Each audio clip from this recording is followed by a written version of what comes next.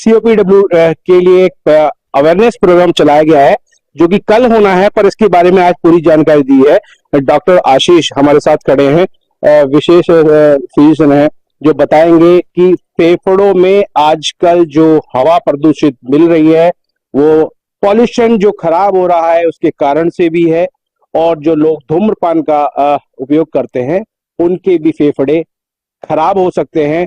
अपनी जांच कराएं, इसको लेकर आज सारा पूरा अवेयरनेस प्रोग्राम चलाया गया था। हमारे साथ डॉक्टर आशीष हैं। सर, पहला सवाल, सीओपीडब्ल्यू जो आपने बताया, क्या इसका पूरा फुल फॉर्म बताएंगे सर एक बार? सीओपीडी का फुल फॉर्म होता है क्रॉनिक ऑब्स्ट्रक्टिव पल्मोनरी डिसीज। ये जो अस्थमा है, जिसको हिंदी में दमा बोलते हैं, उससे डिफरेंट होता है। इसका एक बच्चों में कॉमन, ये अनकॉमन है, और बड़े लोगों में होता है जो लोग खास तौर से स्मोकिंग करते हैं। और इस मौसम में जब ये पॉल्यूशन लेवल बढ़ता है तो सीओपीडी के पेशेंट्स करीब 50% ऐसा देखा गया हमेशा बढ़ जाते हैं, क्योंकि स्मोकिंग करने वालों में एक तो ये बीमारी सबसे ज्यादा होती है, दूसरा पॉल्यूशन की वजह से इसमें अटैक होने की संभावना बहुत ज्यादा रहती है। सर, मेरा बहुत स्पेसिफिक सवाल है, पूरे वर्ल्ड वाइड से स्टार्ट करेंगे और हम अपने इंडिया से लेकर डिस्ट्रिक्ट स्टेट तक की बात करेंगे।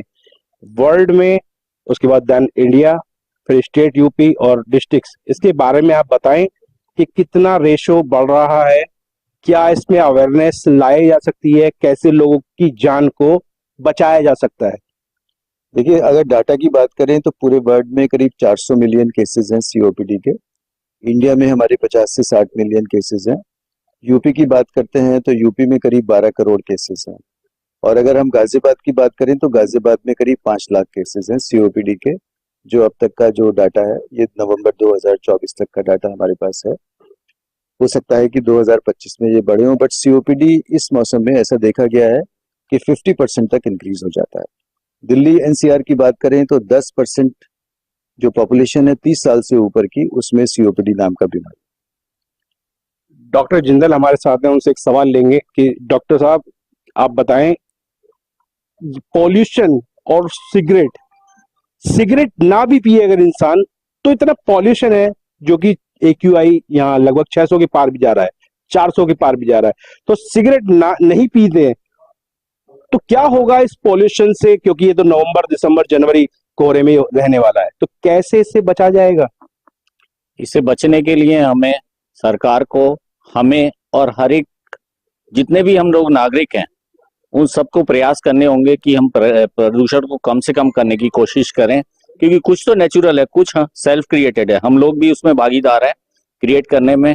गाड़ियों का, बहुत सारी सफाई का, धूल का, अपना कूड़े करकट का, इन सबको अगर हम सही से मैनेज करें तो हम लोग पॉल्यूशन से कुछ हद तक बच सकते हैं। डॉक्टर जिंदल, मैंने एक सवाल अभी उठाया था कि आप सरकार की बात चल रही थी, सरकार इसमें अवेयरनेस कर सकती है। सरकार को जब जब समय समय पर बताया जाता है कि पॉल्यूशन को दूर हटाने के लिए वन्य संरक्षण बहुत जरूरी है, तो क्यों ये पेड़ जब लगाए जाते हैं तो इनकी सुरक्षा नहीं की जाती? क्योंकि करोड़ों के रूप में ये प्रत्येक वर्ष लगाए जाते हैं। क्या बोलना चाहेंगे सरकार से आप इसको लेकर?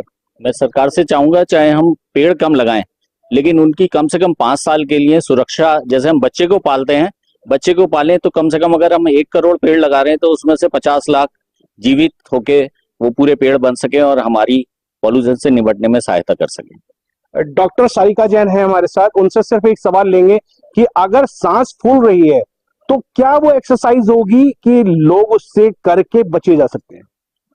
रेस्पिरेटरी जो एक्सरसाइज होती है रेस्पिरोमीटर से, वो करनी चाहिए ताकि आपकी क्षमता बढ़े सांस लेने की। और दूसरा, प्राणायाम और योग से इसमें काफी फायदा होता है।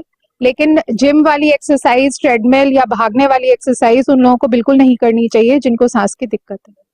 देखिए, सांस की दिक्कत एक ऐसी दिक्कत है जो पॉल्यूशन से हो रही है। पॉल्यूशन, आप इससे बच सकते हैं, घर से कम निकलें, ऐसा एक उपाय हो सकता है। अपनी जांच कराएं। 3 जांचें बताई हैं डॉक्टर साहब ने, तीनों जांचों से आप प्रथम दृष्टया इस पर पता कर सकते हैं कि आपको ये बीमारी है या नहीं। तमाम जानकारी सर बने रहे मेरे साथ। मैं इंद्रेश शर्मा, गाजियाबाद से, इंडिया वॉइस न्यूज।